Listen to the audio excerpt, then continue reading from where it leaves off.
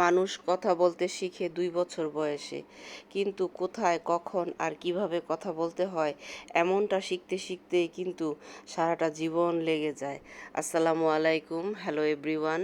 সবাই কেমন আছেন? আশা করি সবাই খুব ভালো আছেন। আজকে আপনাদের সাথে আমি একটা রান্না শেয়ার করব, সেটা হচ্ছে পুঁই শাক দিয়ে চিংড়ি মাছ। তো পুঁই শাক দিয়ে চিংড়ি মাছ এটা অনেকেরই খুব পছন্দের একটা খাবার, আমরাও পছন্দ করে খাই। তো যাই হোক, আজকে রান্না শুরু করে দিলাম।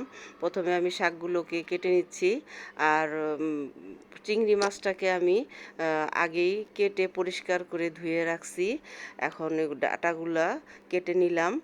তো এগুলোকে এখন খুব ভালোভাবে আমি ধুয়ে রেখে দিব, যেহেতু একটু বর্ষার সিজন, শাকটা ভালো করে ধুইতে হয়, নাহলে সমস্যা থেকে যায়, অনেক সময় বালি টালি থাকে।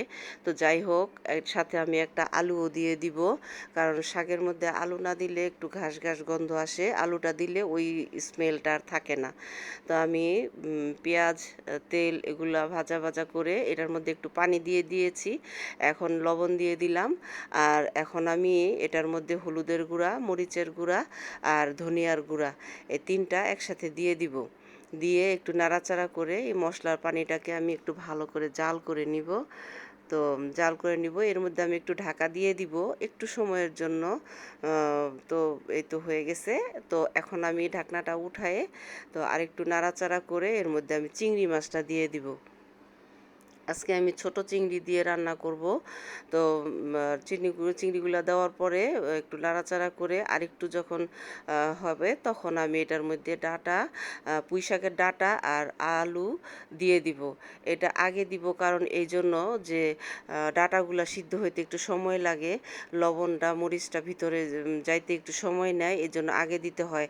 সাথে সাথে শাকটা দিলে হয় কি, শাকটা একটু কালো হয়ে যায়, এই জন্য শাকটা আমি পরে দিলাম। তো এই তো শাক দেওয়া হয়ে গেছে আমার। এখন আমি এটাকে একটু নাড়াচাড়া করে উপর নিচ করে দিব। উপর নিচ করে দিলে মশলাটা ভালোভাবে, লবণটা ভালোভাবে এর মধ্যে ঢুকবে। তো এই তো একটু ঢেকে দিছিলাম, এখন আবার এটা খুলে দিলাম ঢাকনাটা। এখন আবার একটু মিশায় দিব নাড়াচাড়া করে। সবুজ সবুজ কত সুন্দর লাগতেছে দেখেন। তো এই তো প্রায় রান্না প্রায় আমার হয়েই গেছে। তো ভালো লাগলে লাইক কমেন্ট শেয়ার করবেন, আর রান্নাটা এভাবে করে খাবেন, অবশ্যই ভালো লাগবে। খুবই সহজ একটা রান্না, তারপরও আপনাদের সাথে শেয়ার না করে পারলাম না। তো যাই হোক, কমেন্ট করবেন, কমেন্ট করতে কেউ কৃপণতা করবেন না। ভুল ত্রুটি হইলে ক্ষমা সুন্দর দৃষ্টিতে দেখবেন। আল্লাহ হাফেজ।